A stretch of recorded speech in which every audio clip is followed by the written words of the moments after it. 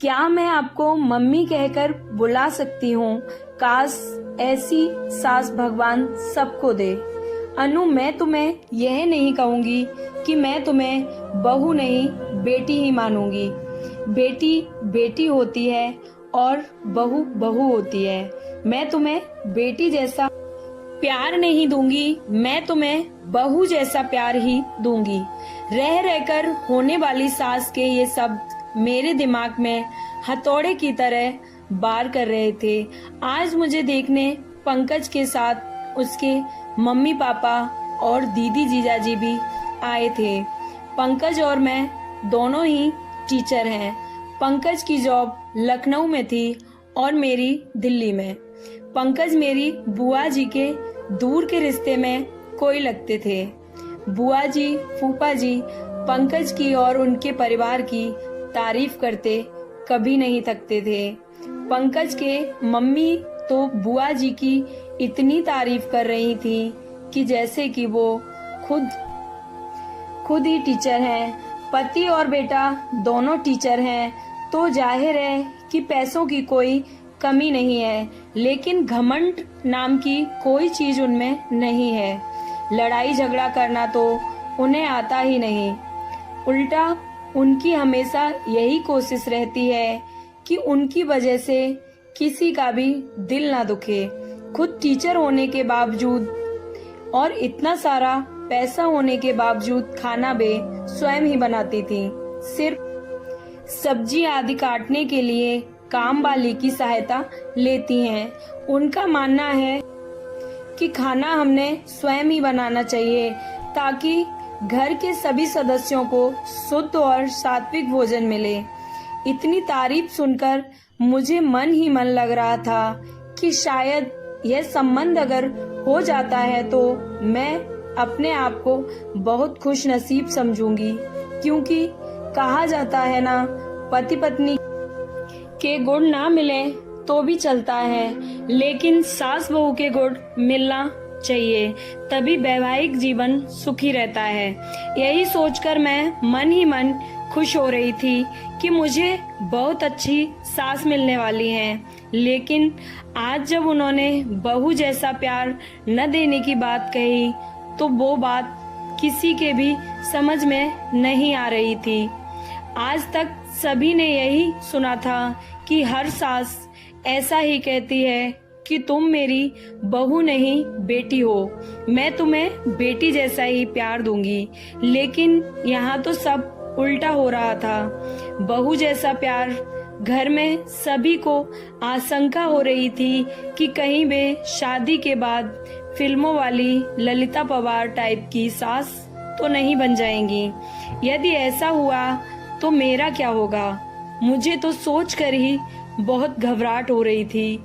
लेकिन सिर्फ एक बात को नजरअंदाज किया जाए तो बाकी सभी बातें अच्छी होने से घर के सभी सदस्यों को लग रहा था कि ये रिश्ता हो जाना चाहिए और आखिरकार हमारी शादी भी हो गई। मेरी शादी तो हो गई, लेकिन दिमाग में हर वक्त मम्मी जी के शब्द तुम्हें बहू जैसा प्यार नहीं दूंगी गूंजते रहते थे। इसलिए मैं मन ही मन बहुत डरी रहती थी। मैं पंकज से इस बारे में बात नहीं कर सकती थी, क्योंकि मुझे डर था कि कहीं पंकज यह न समझे कि आते ही मुझे मेरी मम्मी के बारे में भड़काना शुरू कर दिया और उनके खिलाफ कान भरना भी शुरू कर दिया। इसलिए मैंने मन ही मन फैसला लिया कि मैं अपना हर काम इतना परफेक्शन से करूंगी कि मम्मी जी को शिकायत का मौका ही नहीं मिलेगा। जब शिकायत का मौका ही नहीं मिलेगा तो वो ललिता पवार नहीं बन पाएंगी। इस बात का मेरे ऊपर इतना असर हुआ कि मैं हर वक्त डरी डरी सी रहने लगी। पंकज ने भी 2-3 बार प्रेम से पूछा, क्या बात है, तुम खुश नहीं दिखती हो, तुम्हें किसी ने कुछ बोला क्या? मैं उन्हें अब क्या बोलती। मैं बस इतना ही कहा, नहीं ऐसी कोई बात नहीं है, नया घर है, नया वातावरण है, सब कुछ नया होने के वजह से शायद मैं अपने आप को एडजस्ट नहीं कर पा रही हूँ। कोई बात नहीं, धीरे धीरे सब ठीक हो जाएगा। और वैसे भी मम्मी जी पापा जी भी मेरा बहुत ख्याल रख रहे हैं, हर वक्त बहुत प्यार से पेश आते हैं, लेकिन मेरे मन में जो बहू जैसा प्यार की गांठ बैठ चुकी थी वो निकल ही नहीं पा रही थी। सब लोग कहते हैं ना कि शादी के बाद कुछ दिनों तक तो ससुराल के सभी लोग अच्छे से ही रहते हैं, असलियत तो सबकी धीरे धीरे ही सामने आती है। अभी तो शुरुआत है, इसलिए ये लोग प्यार जता रहे हैं, आगे पता नहीं क्या होगा। धीरे धीरे मेरा मन इन्हीं सब शंकाओं से ग्रस्त रहने लगा। शादी के 8-10 दिनों बाद की बात है। मैं चाय बनाने के लिए दूध के भगोने को उठा रही थी। 3 लीटर दूध था उसमें। दूध निकालने लगी तो ना जाने कैसे क्या मेरे हाथ से सरसी बराबर पकड़ी नहीं गई और भगोना हाथ से छूट गया। पूरा का पूरा दूध, गरम गरम दूध नीचे गिर गया। मैं इतनी ज्यादा डर गई थी कि पूछो मत, और सोचने लगी कहाँ मैं सोच रही थी कि मैं हर काम पूरी परफेक्शन से करूंगी, और कहाँ ये दूध। उसमें भी खास बात यह थी कि दूध वाला दिन में सिर्फ एक बार सुबह ही दूध लाता था। पैकेट के दूध में मिलावट होने से वो घर में नहीं आता था। सभी लोग चाय का इंतजार कर रहे थे। भगोना गिरने की आवाज सुनकर मम्मी जी ने बाहर से ही आवाज लगाई, अनु क्या हुआ? मैं तो इतनी ज्यादा डर गई थी कि मेरे मुंह से आवाज ही नहीं निकली। तभी मम्मी जी खुद किचन में आए। मम्मी जी को सामने देखकर मैं डर गई और डर से कांपने लगी। मुझे लगा कि अब वो जरूर ललिता पवार बन जाएंगी, क्योंकि अब कल सुबह तक किसी को भी चाय नसीब नहीं होने वाली, और सभी को चाय पीने की बहुत आदत थी। मम्मी जी ने गिरे हुए दूध की तरफ देखा और मेरी तरफ देखा, और मैं बस अब बम फटने का इंतजार कर रही थी। बस अब फटा बम, अब फटा बम। लेकिन ये क्या, बम तो फुसका निकला। मम्मी जी मेरे पास आए और बोले, कोई बात नहीं अनु, तुम इतनी डर क्यों रही हो? तुमने कोई जानबूझकर थोड़ी दूध गिराया है, हो जाता है कभी कभी ऐसा। कोई बात नहीं, तुम रिलैक्स हो जाओ। लेकिन मम्मी जी अब चाय कौन से दूध से बनेगी? दूध वाला तो कल ही आएगा। मैं अभी पैकेट का दूध बुला लेती हूँ। लेकिन आप ही ने तो कहा था कि अपने आप पैकेट का दूध नहीं लाते हैं। लाते तो नहीं हैं, लेकिन अभी तो चाय का एक ऐसा नशा हो गया है सबको कि चाय तो बिना पिए नहीं रहेंगे।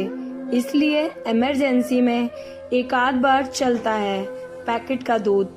हम लोग ऑफिस में चाय पीते हैं ना, वहाँ कौन से दूध का उपयोग किया जाता है? क्या हमें पता चलता है कि कौन सा दूध है, पैकेट का है या वैसा ही? ऑफिस में हमारी मजबूरी है, लेकिन घर में जहाँ तक संभव हो शरीर के दृष्टिकोण से जो अच्छा रहता है हमें वही लेना चाहिए। लेकिन कोई बात नहीं, एक आध बार तो चल जाता है।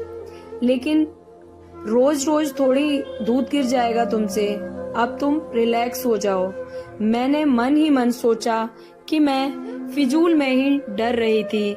मम्मी जी तो कितने अच्छे हैं, लेकिन दूसरे ही पल सहेली की बात याद आ गई कि ये सब चोचले हैं। शादी के शुरुआत में ही तो आगे आगे देखना और क्या होगा। यह बात याद आते ही फिर से मन में वही डर समा गया था, और इसी डर से 1-2 बार और इसी तरह की छोटी छोटी गलतियां मुझसे होती रही। लेकिन तब भी मम्मी जी ने मुझे प्यार से ही समझाया। 4-5 महीने के बाद की बात है। सभी को पालक पनीर की सब्जी बहुत पसंद थी। आज रविवार की छुट्टी थी।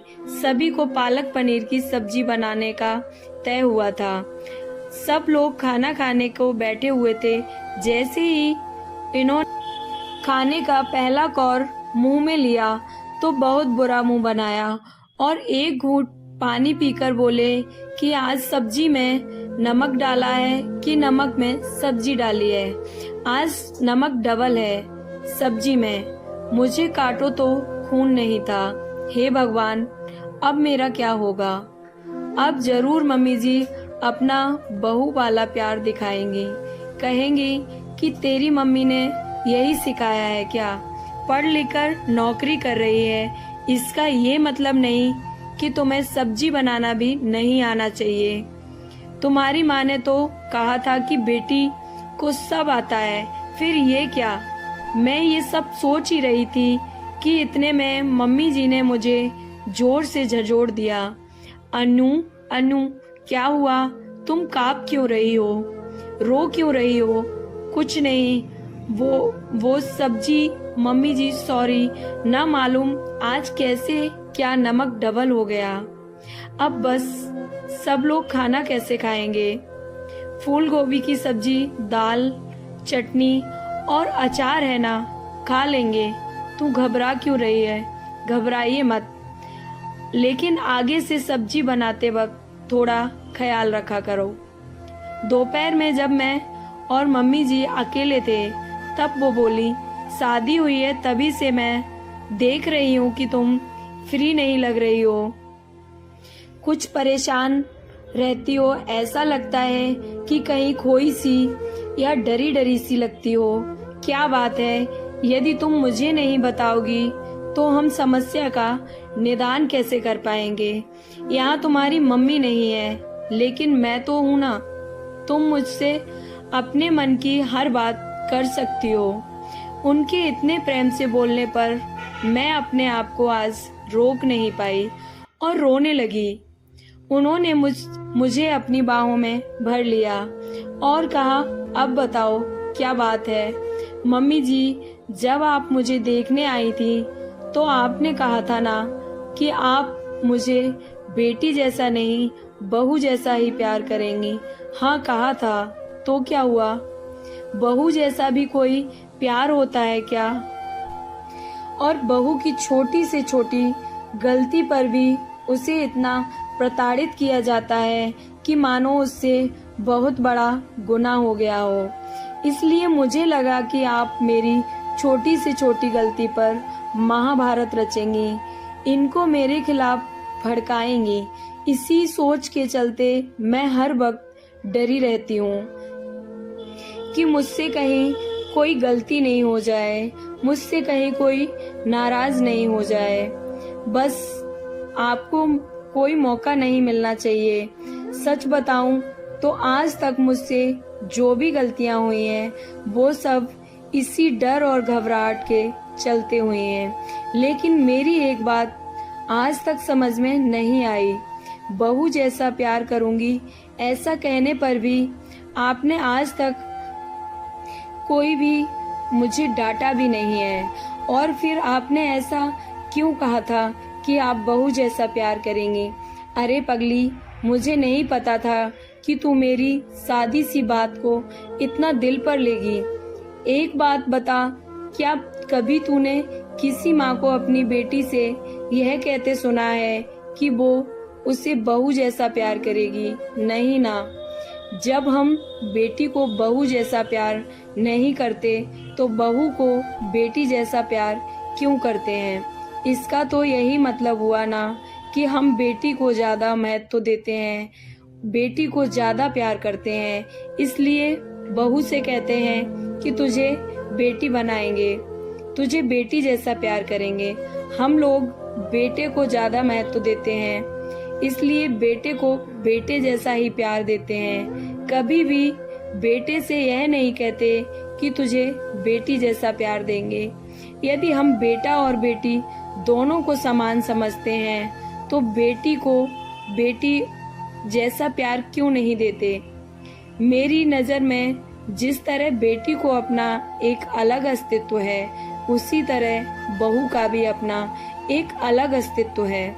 मैं बहू को बेटी से किसी भी मामले में कम नहीं समझती, इसलिए मैंने कहा था कि मैं तुम्हें बेटी जैसा नहीं बहू जैसा प्यार दूंगी। मुझे क्या पता था कि तू उसका गलत मतलब लगा के बात को दिल से लगा लेगी।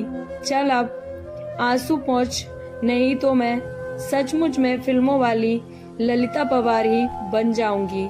उन्होंने यह बात इस अंदाज में कही कि हंसते हंसते हम दोनों का बुरा हाल हो गया।